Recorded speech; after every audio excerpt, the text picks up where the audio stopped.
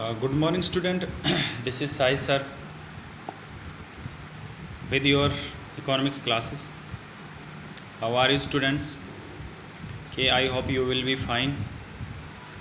Students, microeconomics. It's our last chapter, and after this we start our second book. And before start the second book, I will taken your test which we have read in last month. So today our chapter is simple application of tools of demand and supply करो. Student, मैंने आपको बताया था as we know that we have study supply demand analysis in term of consumer behavior and producer behavior. हमने उपभोक्ता व्यवहार और उत्पादक व्यवहार दोनों के संदर्भ में मांग और पूर्ति दोनों फोर्सों के बारे में पढ़ा था कि किस तरह से मांग और पूर्ति एक दूसरे के को इंटरेक्ट करती हैं और वहाँ पर हमारा प्राइस डिटरमाइन हो जाता है. And after all we have also study how equilibrium is established in a competitive market. और हमने ये भी पढ़ा था कि जो है संतुलन कहाँ पर मार्केट के अंदर, कॉम्पिटिटिव मार्केट के अंदर जो संतुलन होता है वो कहाँ पर निर्धारित होता है. Further, we analyzed how equilibrium price and equilibrium quantity are impacted by change in demand supply. और हमने ये भी पढ़ा था कि संतुलन की स्थिति में जो डिमांड में परिवर्तन होता है या सप्लाई में परिवर्तन होता है वो किस तरह से जो हमारा इक्विलिब्रियम प्राइस है उसको किस तरह से प्रभावित करते हैं, ये भी हमने पढ़ा था इसी चैप्टर के अंदर. उसके बाद बेटा टुडे जो अब हम पढ़ेंगे था present section study some simple application of tools of supply and demand. और आज हम जो पढ़ेंगे वो सिंपल जो इसके टूल्स हैं, एप्लीकेशन हैं सप्लाई और डिमांड की. वो the study focus on two cases of government interventions in the commodity market. Intervention मतलब अब हम ये ध्यान देंगे कि दोनों मार्केटों के अंदर जो गवर्नमेंट है वो इंटरफियर करती है. क्यों करती है? डिमांड और सप्लाई जो प्राइस डिटरमाइन होती है उसमें भी जो गवर्नमेंट है वो अपना इंटरफियर करती है. वो क्यों करती है, कौन सी सिचुएशन में करती है, मैं आपको बता देता हूँ. देखिए, एक चीज़ होती है बेटा price selling. Price selling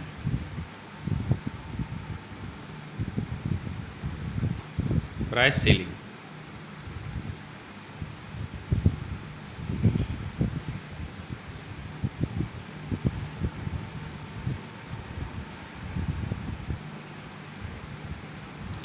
price selling होती है. और एक होती है बेटा प्राइस फ्लोवर.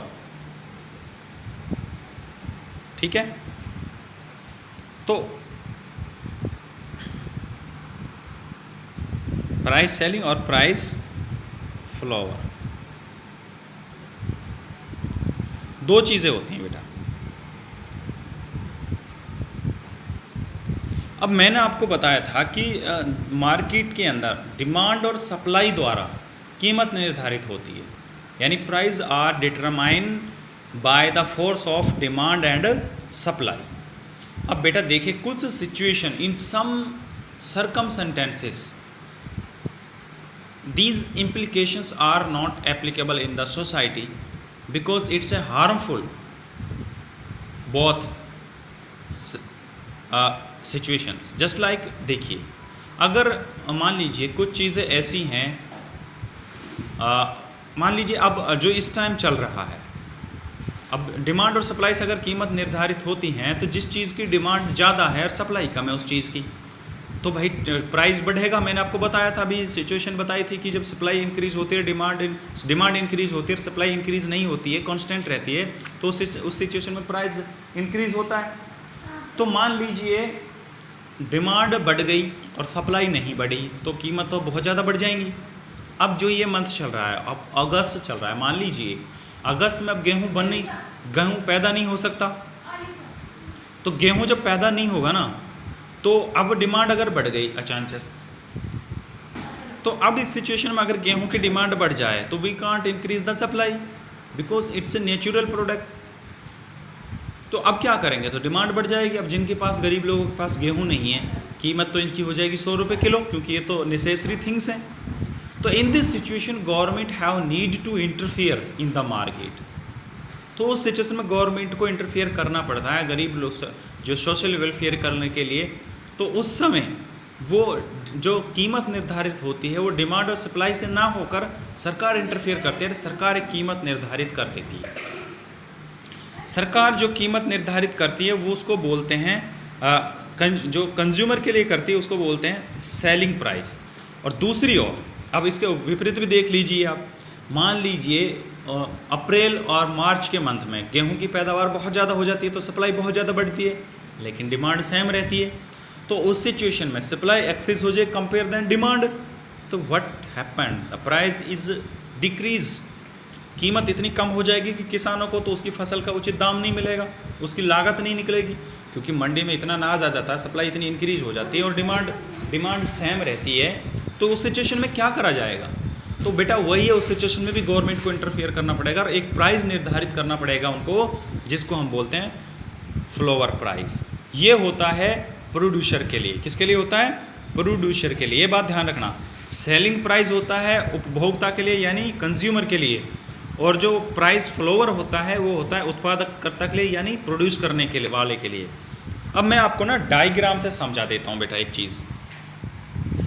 देखिए पहले मैं आपको सेलिंग प्राइस करा रहा हूँ, ध्यान से देखना। अरे ये देखिए, डिमांड ऐसे होती है ऊपर से और सप्लाई ऐसे होती है, ये डिमांड वक्र है। वो सब चीज़ें करना यहाँ OX OY, यहाँ प्राइस, यहाँ क्वांटिटी, तो यहाँ पर ये एक दूसरे को काट रहे हैं। ठीक है, ये हमारा संतुलित प्राइस निर्धारित हो गया। अब देखिए कस्टमर लोग ऐसे हैं कि वो इस प्राइस को पर खरीद नहीं सकते चीज़, और अगर सप्लाई नहीं बढ़ी डिमांड और बढ़ गई मान लीजिए, तो यहाँ काट रहे तो प्राइस और बढ़ जाएगा। तो इस सिचुएशन में क्या करती है गवर्नमेंट, एक प्राइस निर्धारित करती है कस्टमर के लिए, जो हमारे इक्विलिब्रियम प्राइस होता है ना, संतुलित कीमत, उससे नीचे P1 एक कीमत निर्धारित करती है। वो उन्होंने ये कर दिया गवर्नमेंट ने। तो ये जो कीमत है, अब ये इस कीमत को हम बोलेंगे, ये जो प्राइस है इसको हम बोलेंगे सेलिंग प्राइस। सेलिंग प्राइस गलत हो गया, ये सेलिंग ऐसे लिखा जाएगा।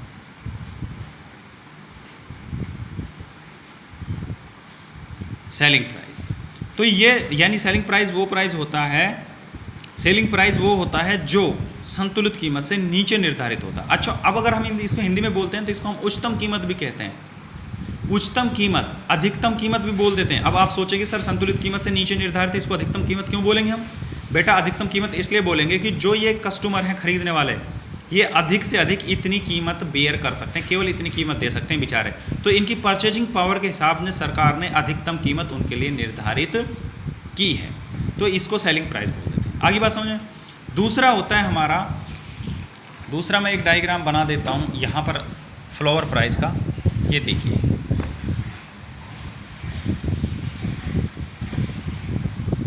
डिमांड,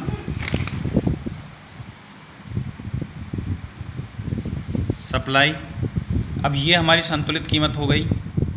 अब देखिए बेटा इस सिचुएशन में, अब ये जो है ना, जो प्रोड्यूसर हैं उनके इस कीमत पर, क्योंकि डिमांड और सप्लाई से अगर ये निर्धारित हुई है, तो ये मान लीजिए मार्च का महीना है, अब गेहूं की सप्लाई ज़्यादा है और सप्लाई बढ़ जाएगी, तो ये और इधर यहाँ काटेगी और प्राइस डाउन हो जाएगी, तो यहाँ तो किसानों का ना लागत भी नहीं निकलेगी बेटा।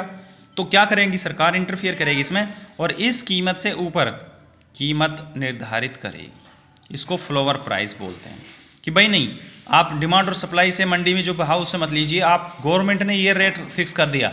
अब अगर कोई आढ़ती ये कीमत पर नहीं खरीदता तो आप सरकार को बेचिए, सरकार खरीदेगी इस कीमत के ऊपर, तो इसको बोलेंगे फ्लोवर प्राइस।